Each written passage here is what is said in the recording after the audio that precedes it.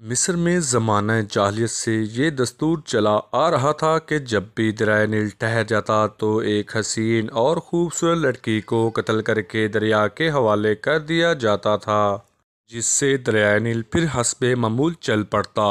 حضرت عمر رضی اللہ تعالیٰ عنہ کے دور خلافت میں جب مصر فتح ہوا اور حضرت عمرو بن العاص رضی اللہ تعالیٰ عنہ وہاں کے گورنر مقرر ہوئے تو اس وقت بھی حسب معمول دریائے نیل کی روانی ختم ہو گئی اور وہ ٹھہر گیا۔ اس موقع پر حضرت عمرو بن العاص سے لوگوں نے اس دستور کا ذکر کرتے ہوئے اس کے مطابق عمل کی اجازت چاہی۔ حضرت عمرو بن العاص رضی اللہ تعالیٰ عنہ نے فرمایا کہ یہ جاہلیت کی رسم ہے، ہم ایسا نہیں کریں گے، البتہ میں امیر المومنین حضرت عمر رضی اللہ تعالیٰ عنہ سے اس کے متعلق مشورہ کروں گا۔ چنانچہ حضرت عمرو بن العاص رضی اللہ تعالیٰ عنہ نے امیر المومنین کو خط لکھا اور اس واقعہ کی پوری تفصیل بیان کرتے ہوئے مشورہ مانگا۔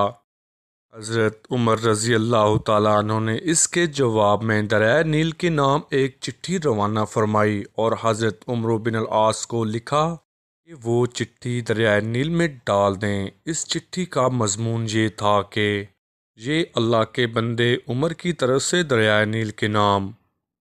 آپ نے لکھا، اگر تو اپنی طرف سے جاری ہوتا ہے تو مت جاری ہو، اور اگر اللہ واحد قہار نے تجھ کو جاری کیا ہے تو ہم اسی سے سوال کرتے ہیں کہ وہ تجھ کو جاری کر دے۔ حضرت عمرو بن العاص رضی اللہ تعالیٰ عنہ نے یہ چٹھی دریائے نیل میں ڈال دی۔ چٹھی ڈالنے کی دیر تھی کہ دریائے نیل خوب تیزی کے ساتھ رواں دواں ہو گیا اور اس کے بعد کبھی دریائے نیل بند نہیں ہوا اور آج تک دریائے نیل ویسے ہی چل رہا ہے۔